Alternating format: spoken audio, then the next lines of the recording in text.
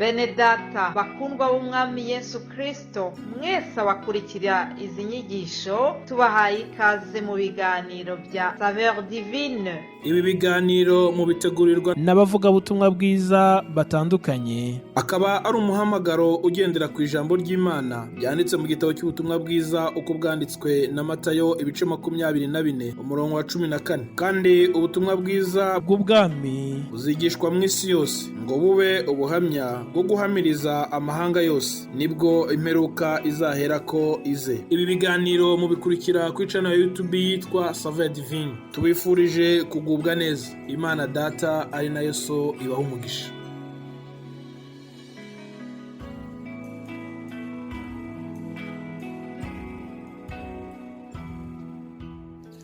Shalom shalom bavukanye mwese muri Kristo Yesu umwami wacu. Kaze mu kiganiro Saveur Divine duhuriramwo tugakomezanya tugaterana intege biciye mu ijambo ry'Imana. Mu kiganiro c'uno musi mukaba muri kumwe na jewe Nsengiyumva Samuel. Turashimira Imana Data wa twese wo mw'ijuru rero ko yaturinze ikatugwanirira intambara twabonye n'izo tutabonye, izo twamenye n'izo tutamenye, kuko Imana yacu ico tuzi coco tudakekeranya nuko ihora iri maso n'umutabazi wacu. Imana ituba hafi muri vyose, itugirira neza. Imana yarakoze kubazigama, Imana yarakoze kubaba hafi, duhumeka impwemu z'abazima kubw'ubuntu n'imbabazi z'Imana. Ivyo turabishimira Imana rero. Mu kiganiro c'uno munsi dusangira ijambo ry'Imana, dusanga mu butumwa bwiza uko bwanditswe na Matayo igice ca 28, duhere ku murongo wa mbere dushikane ku murongo wa 4. Haravuga ngo umunsi w'isabato uheze, ku wa mbere w'iminsi indwi, umutwenzi ugomba gutambika, Mariya Magadalena n'uwundi Mariya baja kuraba imva. Habaho kunyiganyega kw'isi gukomeye, kuko umumarayika w'umwami Imana yaramanutse ava mu ijuru, araza kura ca kibuye agitembagaje acicarako. Ishusho yiwe yasa n'umuravyo, impuzu ziwe zera nka sheregi. Abararirizi bategwa n'ubwoba, bagwa igihumura, bamera nk'abapfuye. Imana ihabwe icubahiro. Tuvuga n'ijambo ryerekeye ubushobozi bw'Imana. Tuvuge tuti ubushobozi bw'Imana bwambaye ubudahangarwa. Ubushobozi bw'Imana ntibushobora kuvogerwa. Ubushobozi bw'Imana ntibushobora guhagarikwa, ntaco buhagarika, ntaco busubiza inyuma. Burikwiye. Imana ishimwe cyane. Muranumva abaririmbyi baririmba ngo tabaza Yesu aragutabara atabanje gutabaza. Umuntu arategwa agatabaza kugira ngo inkomezi ziwe zihure n'iz'abandi bamutabare. Ariko ubushobozi bw'Imana burikwiye. Imana ntitabaza, Imana ntigereranywa, Imana iringana. Dusomye ijambo ry'Imana yuko umunsi w'isabato uheze, ku wa mbere w'iminsi indwi, umumarayika w'Imana yarururutse igihe Mariya Magadalena n'uwundi Mariya ngo baja kuraba imva. Igihe marayika w'Imana yariko arururuka yururutse, ngo habayeho ukunyiganyiga kw'isi gukomeye. Ubu n'ubushobozi bw'Imana bwatumye isi inyiganyiga.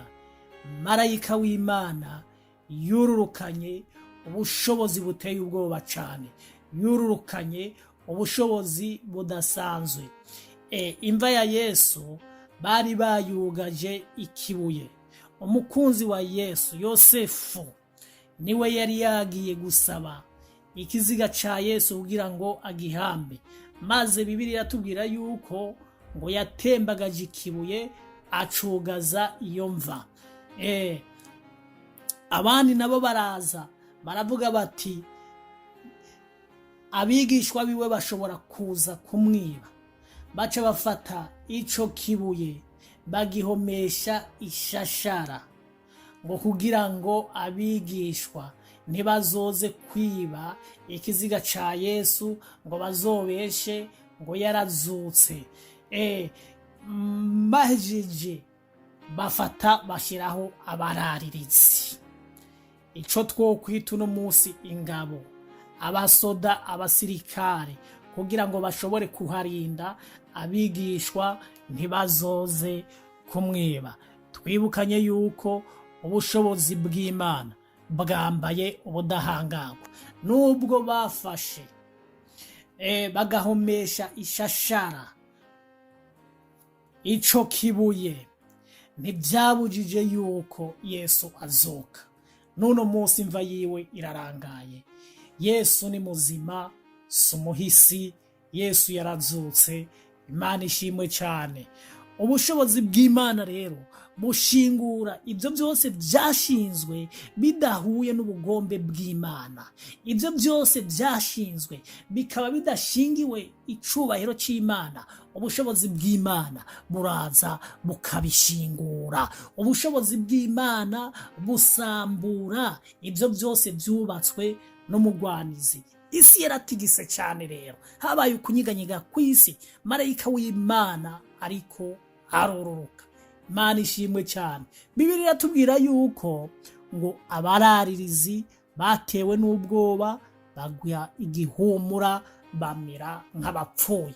Aba bari abasirikare bari baraririye kugira ngo Yesu ntibamwiba, ariko igihe marayika w'Imana yururutse, aba banyenkomezi, aba basirikare bahindutse abanyantege nke, bahindutse nk'uko womenga ntaco bamaze. Kandi n'ubundi imbere y'Imana, iyo atari Imana idushoboje, nta na kimwe dushoboye, nta na kimwe tumaze, kiretse Imana yo mwijuru yonyene yemeye kudukoresha.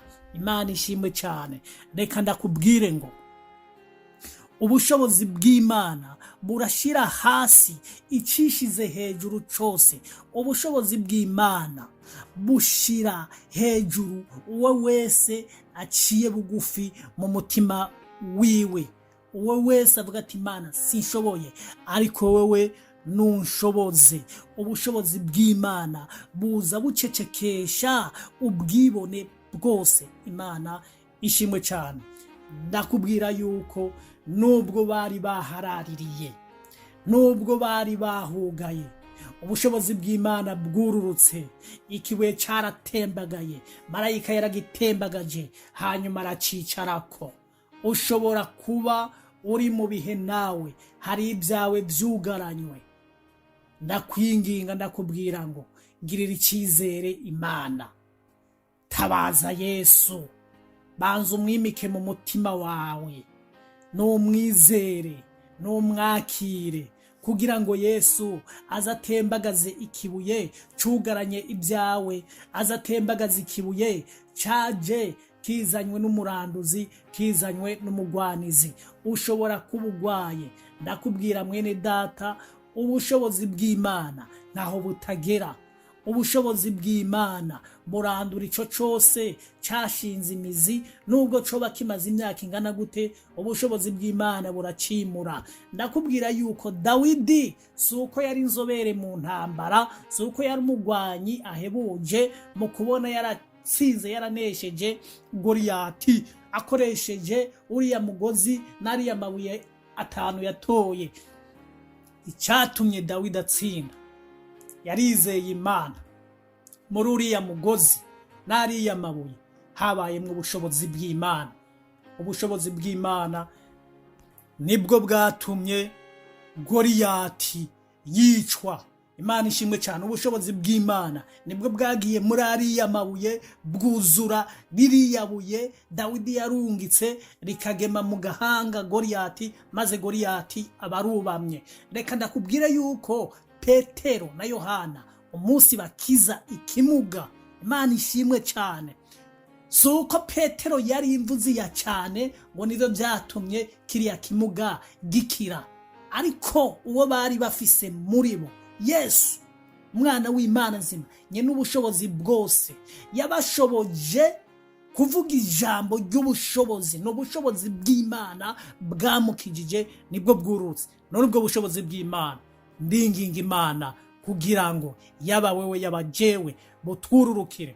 Ushobora kuba hari ikikuboshe cy'icyaha, ubushobozi bw'Imana bukururukire bukubohore. Ushobora kuba hari umutwaro ukuremereye ukunaniye, ubushobozi bw'Imana nibwururuke butangure bugukomereza aho hantu. Imana ubigirire icyizere, Imana uyihamagare. Imana ishimwe cyane. Ubushobozi bw'Imana bwambaye ubudahangagwa.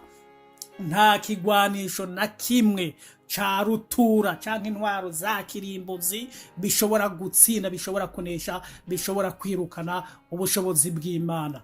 Ubushobozi bw'Imana burikwiye bukururukire mu bikuremereye. Ubona ubushobozi bw'Imana, birashoboka yuko ugwaye umaze igihe kirekire, ubona ubushobozi bw'Imana hari bikuboshe, ubona ubushobozi bw'Imana kugira ngo bugutabare. Imana yo mu ijuru dushoboze, Imana yo mu ijuru twiyereke. Shalom shalom.